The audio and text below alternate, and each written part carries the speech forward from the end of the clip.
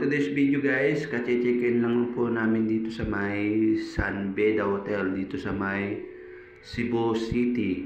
Yan, si Mrs. inaayos yung kanyang pinamili para may stock kami para hindi na siya pababa-baba sa baba.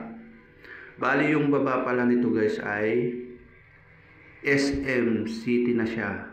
Kumbaga ito yung kinuha naming hotel para malapit yung aming pasyalan. Hindi na rin kami lalayo.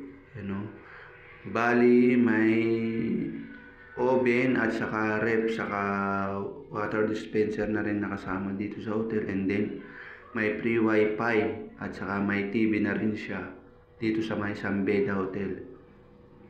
Yung room nila guys, grabe, napakalinis, pati yung kanilang CR. Yung baba niyan guys ay SM City na siya. Yan, kung napapansin yung ilaw niyan, bali, nasa 26th floor kami guys. Yan o, yan yung view niya. Pag silip mo ng bintana, talagang marirelax ka.